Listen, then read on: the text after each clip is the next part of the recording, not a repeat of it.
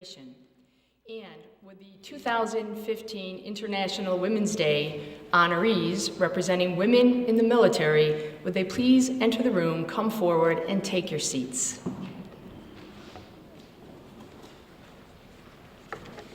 Ladies and gentlemen, please rise.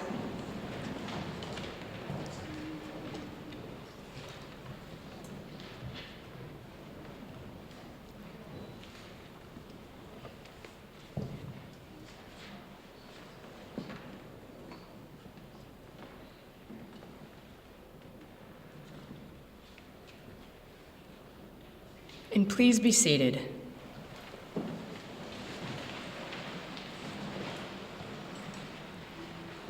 Ladies and gentlemen, the presentation of the colors. Please rise. Sorry. General, permission to parade the colors. Parade colors.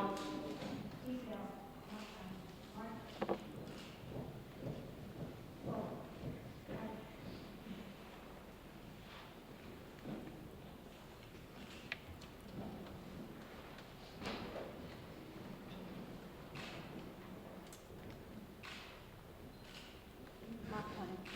March. Detail. Halt.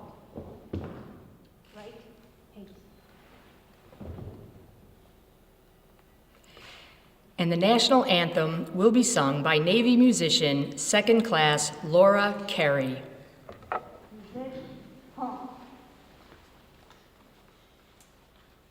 Oh, say, can you see by the dawn's early light what so proudly we hailed at the twilight's last gleaming, whose broad stripes and bright stars through the perilous fight o'er the ramparts we watched were so gallantly streaming, and the rockets ran clear, the bombs bursting in air gave proof through the night that our flag was still there.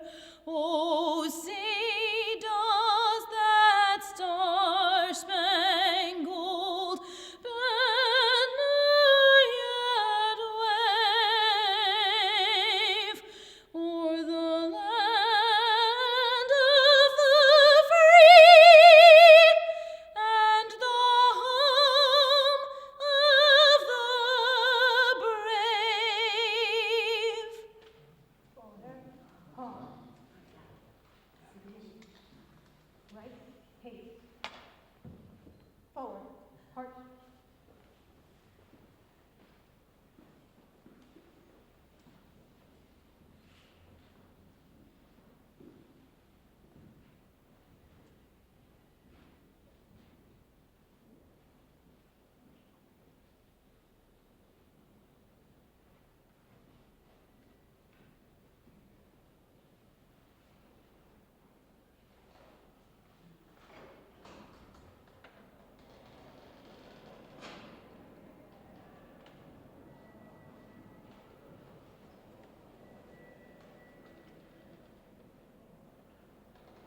Thank you, and now would you all please be seated. Good afternoon and welcome, and let me be the first to wish each and every one of you happy International Women's Day. Welcome to the ornate stateroom for what has become our annual celebration of International Women's Day.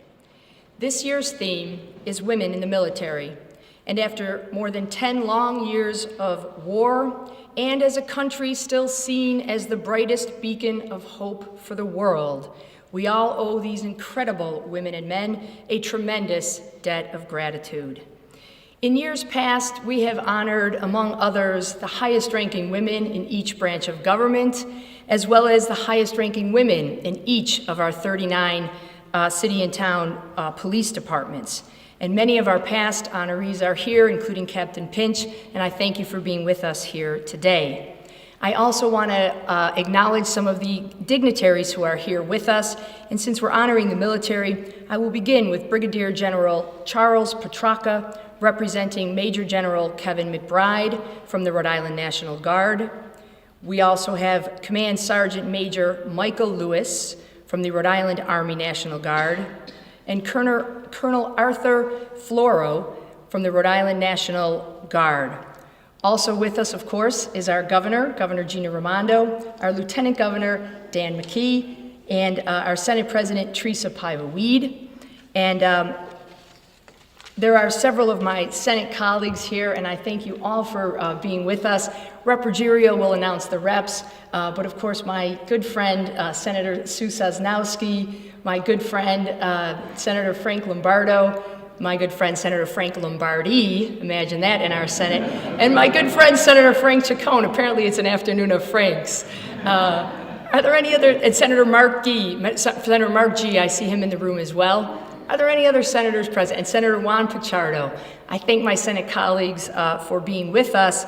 And as I said, Representative Ruggiero will introduce the reps who are present. And I want to thank Representative Deb Ruggiero for co-hosting this event with me. Deb, I thank you for your friendship and for your dedicated service to our state. And before I tell all of you a little bit about International Women's Day and its history, I would like to invite Representative Deb Ruggiero to the podium for welcoming remarks. Thank you, Senator.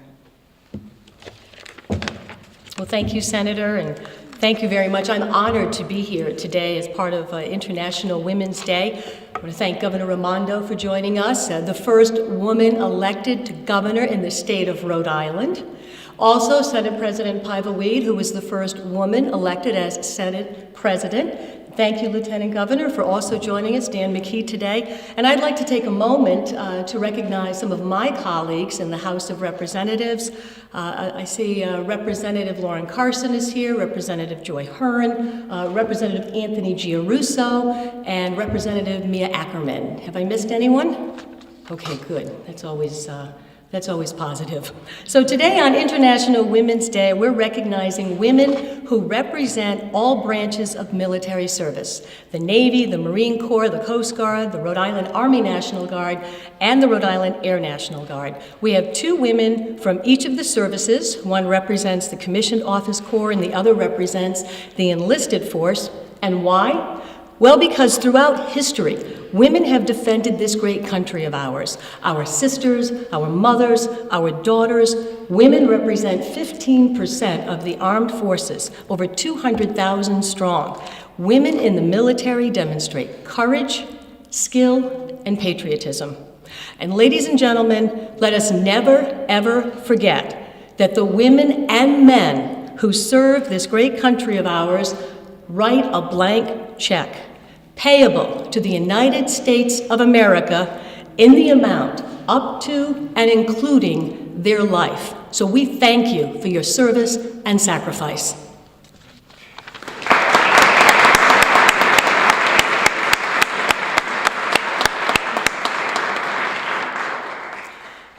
There was actually a time in our history when women served with the Army rather than in the Army. Women were unable to enlist other than being nurses or phone operators, but today, women are commanding officers. You'll see gunnery sergeants and Marines. Women in active duty represent nearly 14% of our U.S. Army, 16% of the U.S. Navy, 19% of the Air Force, and women make up nearly 7% of the United States Marine Corps. Now, it's a few good men and women. Educated, talented, and impressive women who serve the military, but they also serve their community as mothers, as wives, and as leaders.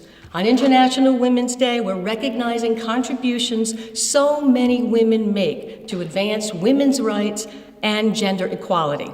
To tell you a little bit more about International Women's Day and to introduce the governor of our great state, my colleague and friend, Senator Nesselbush. Thank you.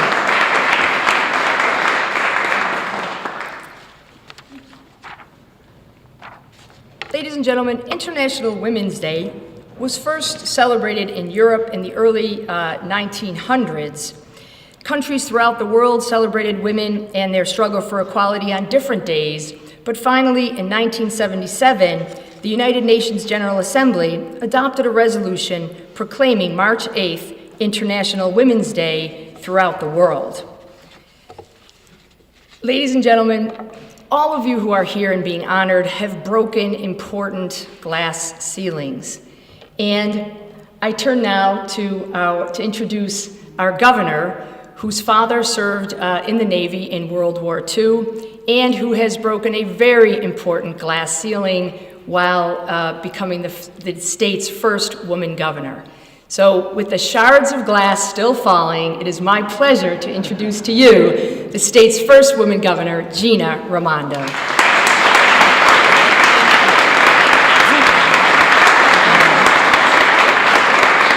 Thank you. Hopefully they're not going to fall on me. It is terrific to be here today. Thank you all for coming. Congratulations to Teddy, who's being a very good little boy. It's wonderful to be here. It's important that we mark this day. It's important that we mark International Women's Day, and I can't thank Senator Nesselbush enough for taking the lead on this, and Representative Ruggiero for really stepping up and not letting the day pass without the celebration that is due. Because it's important that we recognize the contributions of women, especially those in this room, to our society, to our world, to keeping our world a safer place. And so I'm delighted to be here. First and foremost, I want to thank you for your service. To all the women in this room and the men and women in this room who are in uniform, thank you. Thank you for your sacrifice, thank you for your duty, thank you for your courage, and thank you for your service. We're better for it, the state's better for it, and the nation is better and safer for it. To the women in the room, starting with the Senate President, who's a trailblazer, and to every one of the women who are here in uniform, thank you for your trailblazing. You know, I have a 10-year-old daughter. I also have an 8-year-old son, and my daughter is going to grow up in a very different world than I did, even, and certainly different than my mom. And I hope she knows that she can be whatever she wants to be. She could be the Senate President, she could be the governor, she could serve, she could be the president of the country. And that's because of women like you who had the courage to step forward. In this case, to step forward to serve. I am of the view that the most underused, underutilized resource in the world is women. If we could do a better job of unleashing the talent and energy of half of our population, I think the world would be a better place. I know the world would be a better place. So, and that's exactly what today is about. Today is about celebrating you. Today is about celebrating you, our service women, our service veterans, who so boldly and honorably put yourself forward to serve our nation. And you ought to know that daughters like mine, even though she might not say it that way, is grateful for you, because you're leading the path and showing an example which makes the world a better place and lets her know she can do whatever she wants to. So congratulations, be proud of yourselves, and thank you to Deb and Donna for having us all here today. I'm sorry. I have to excuse myself. I wish I could stay, but I have to go open the home show. And so they're holding that for me. So God bless, thank you for having me, and I'm sorry I have to leave.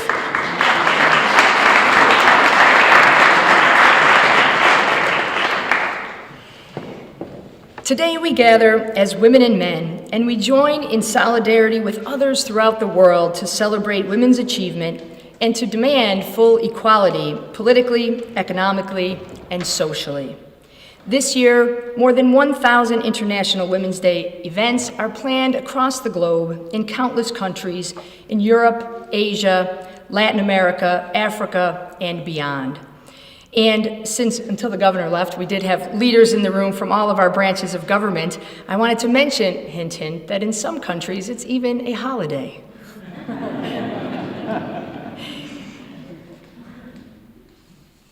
At this time, I would like to introduce a woman who really needs no introduction. And speaking of glass ceilings, she has broken every glass ceiling, a building full of glass ceilings, every glass ceiling in this State House.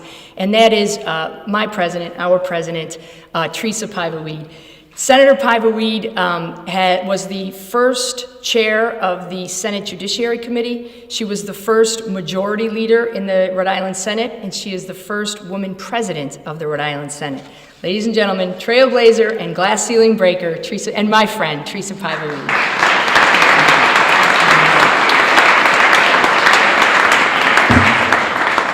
It's amazing the opportunities you get when they want you to stop talking. They put you on the podium.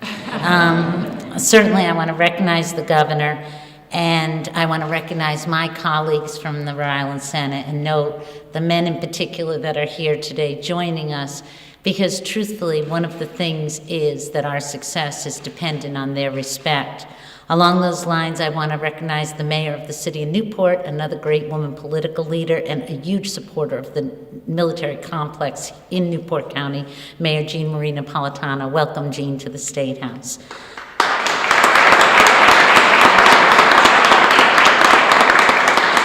I also want to take a moment to recognize Colonel O'Donnell.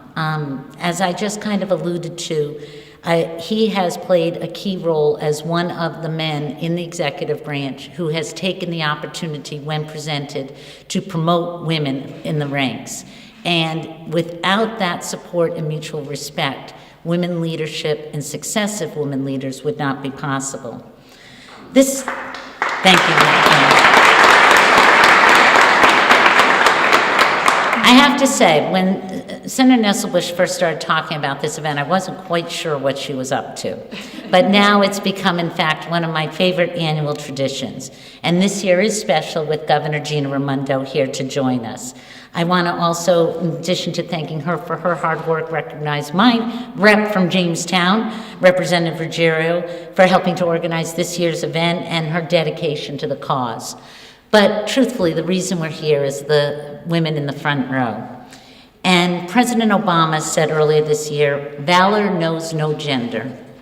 It was an observation that he actually made in 2013 when he lifted the ban on women in combat. Women have played an important role, as has already been said, in every major U.S. conflict. But today's military is changing, and the role of women in the military is being redefined with each passing day. As has been stated, women comprise 18% of the naval service. They lead major commands, combatant ships, aviation squadrons, CEC commands, special operations units, and numerous shore commands. There are currently 11 women in command of combatants and 9 in aviation command. There are currently 34 female flag officers. Female Navy officers may be permanently assigned to any ship, and there are no restrictions on women in aviation. According to the Navy Times, the Defense Department has completed integration studies and will be making a special determination about opening the SEAL and Special Warfare combatant crewman ranks to women in January of 2016, just as the Army Ranger Unit was just recently opened. On January 30th, the first gender-integrated Ranger Training Assessment Course was completed, and 5 women were successful in the training. The second course was completed last month, and 1 woman succeeded. It is an honor to be here today as we recognize the accomplishment of Rhode Island's women in the military. This is a field, as the governor said, where we need strong female role models. This is a field where each of today's honorees have played a major role in the changing face of the military. You're more than a collection of impressive titles from 5 different branches: Navy Captain and Command Master, Marine Major and Gunnery Sergeant, Coast Guard Lieutenant and Petty Officer, Army National Guard Colonel and Sergeant Major, Air National Guard Colonel and Command Master Sergeant. You are a symbol to every young woman who follows you that the military is a viable career option and that there is no ceiling as to how far they can progress. Congratulations to all of today's honorees, and thank you for your service to our state and to our nation. Thank you again, Donna and Deb, for your work to put together this terrific event, and thanks to all of you who support women in leadership roles and make our success possible. Thank you.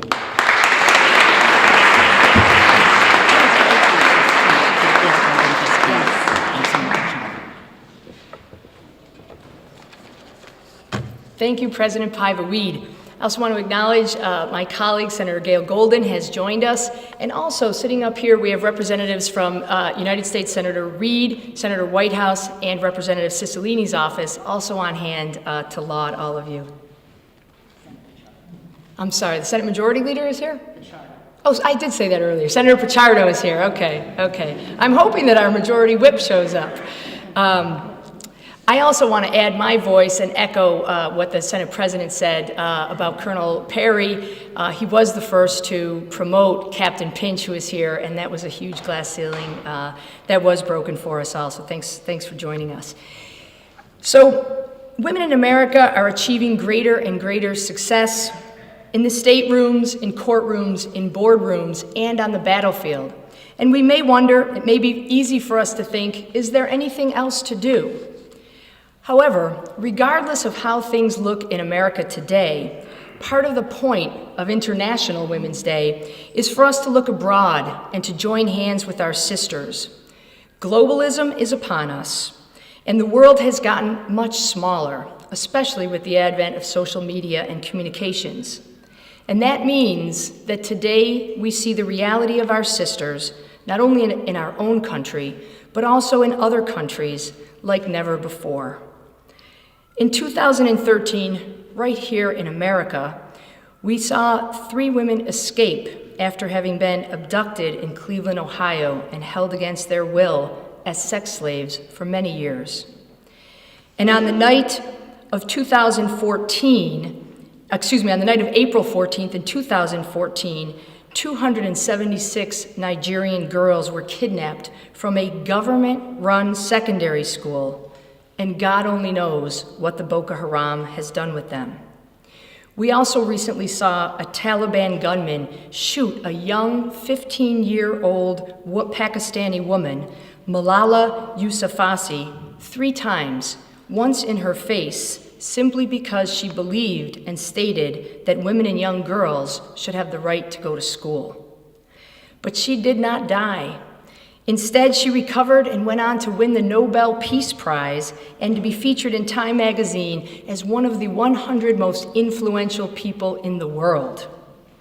For these and many other reasons, we gather here today to work and pray for peace and hope and equality, dignity and human rights, with the fervent hope that the next wave of feminism further elevates our own country, America, and also this time around embraces Africa, Asia, and the Arab world. Ladies and gentlemen, we will turn now to the honorees, the dedicated women who have dedicated their lives to protecting us, our country, our values, and our American way of life. Again, we owe you, all of you, a tremendous debt of gratitude. For in your accomplishment lies the promise of our nation. You have dedicated your lives to freedom, which we all know is anything but free. I now turn the podium over to my co-sponsor, Representative Deborah Giro, who will begin your awards ceremony. Thank you, Senator Nesselbush, and it's my joy to be back. And now, let's begin with our honorees. The United States Navy is the 3rd oldest branch in service in our Department of Defense, and the U.S. Navy has a saying, ready then, ready now, ready always. Representing the Navy and our guest speaker today, who will speak on behalf of all of our honorees, is Captain Maureen Pennington. Captain Pennington is from Maine. She began her Navy career right here in Rhode Island at the Naval Hospital in Newport in 1986. She's a trained nurse who moved quickly up the ranks, serving on board the USNS Comfort in support of Operation Desert Storm. She volunteered and was deployed to Iraq as company commander of Charlie Health Service Company. Captain Pennington is currently the commanding officer at Naval Health Clinic New England, which provides medical care for over 70,000 active duty and retirees. She is a Bronze Star recipient and received the Minerva Award for her service during Operation Iraqi Freedom. She's received the Spirit of the Immortal Chaplains Award for her compassion for others, regardless of differences in faith and ethnicity. Please join me in honoring and welcoming to the podium Captain Maureen Pennington.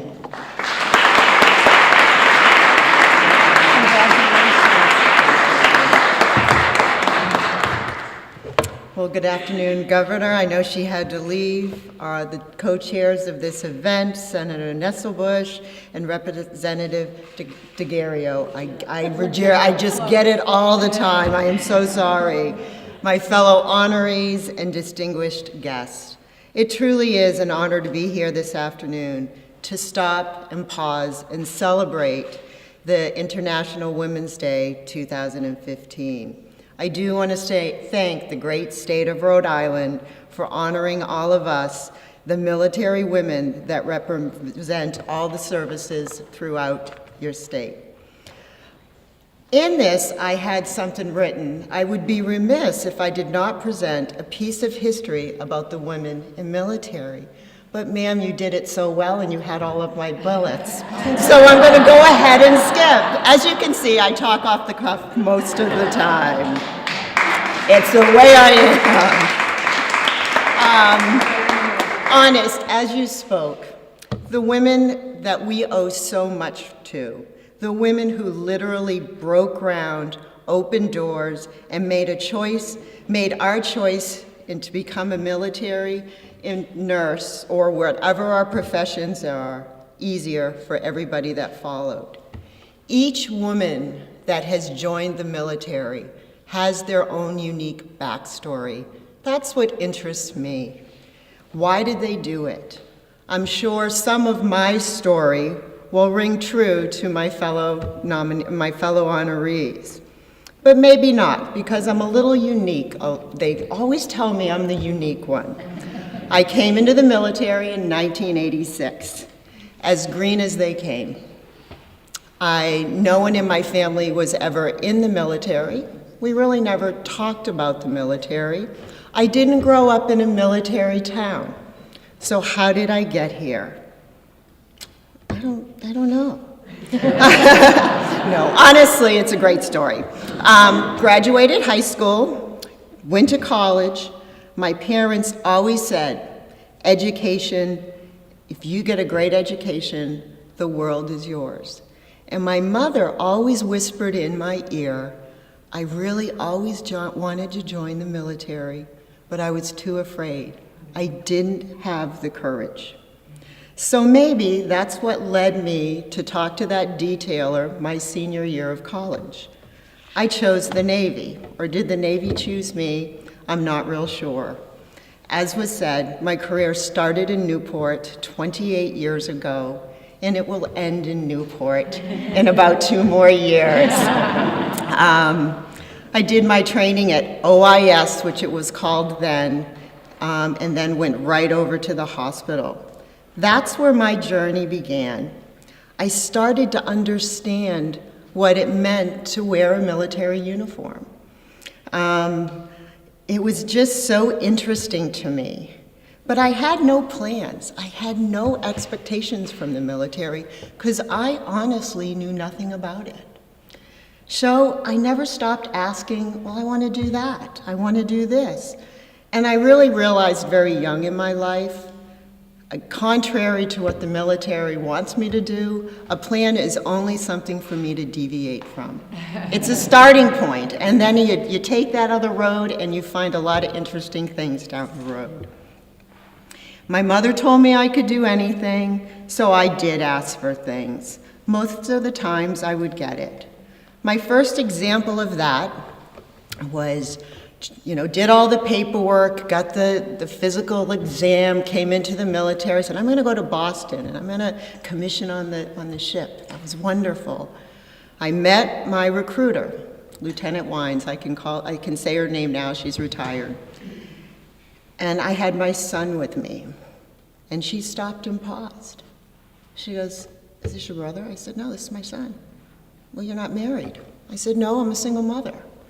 She goes, "Well, you might want to rethink this, because the Navy is really hard for, for people. And it's the first time I ever heard the term